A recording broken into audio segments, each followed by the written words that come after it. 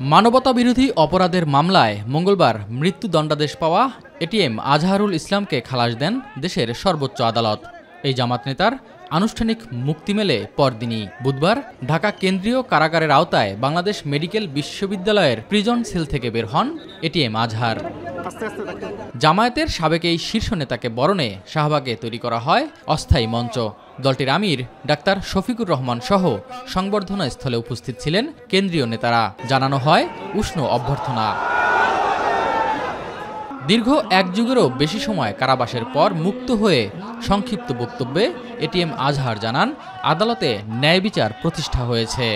Walton television মাত্র 25,490 টাকায় পাচ্ছেন গুগল টিভি।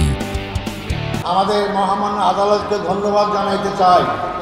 তারা ন্যায় বিচার প্রতিষ্ঠায় একটা অগ্রণী ভূমিকা পালন করছেন। এতদিন ন্যায় বিচার ছিল না, আদালতকে ব্যবহার করা হয়েছে। আমি স্মরণ করছি, অত্যন্ত দুঃখ বেদনা ভারাক্রান্ত হৃদয় যারা আমার নেতা ছিলেন, সেই নেতাদেরকে অন্যায়ভাবে হত্যা করা হয়েছে, জুডিশিয়াল কিলিং করা হয়েছে তাদেরকে। যারাই হত্যাকাণ্ডের সঙ্গে যেখানে যে পর্যায়ে জড়িত সবাইকে আইনের আওতায় নিয়ে এসে তাদেরকে বিচার করা হোক, নাহলে এই খারাপ সংস্কৃতি চালু থাকবে। এখান থেকে বেরিয়ে আসতে হবে আমাদেরকে।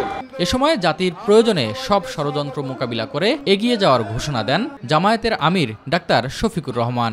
দীর্ঘ 14টি বৎসর গার্ডের উপর মৃত্যুদণ্ড দিয়ে যার উপর জুলুম করা হয়েছে, সেই আল্লাহ তাকে বাঁচিয়ে রেখেছেন। সেই মহান রব তাকে আমাদের বুকে ফিরিয়ে দিয়েছেন। আলহামদুলিল্লাহ রাব্বুল আলামিন। আমরা এক থাকব, জাতির প্রয়োজনে এক পথে হাঁটব এবং জাতির প্রয়োজনে সমস্ত ষড়যন্ত্র মোকাবেলা করে সামনে ইনশাল্লাহ এগিয়ে যাব। মানবতা বিরোধী অভিযোগে 2012 সালের 22 আগস্ট মগবাজারের বাসা থেকে গ্রেপ্তার হয়েছিলেন ATM Azharul Islam. S M Arif, মাই টিভি, ঢাকা।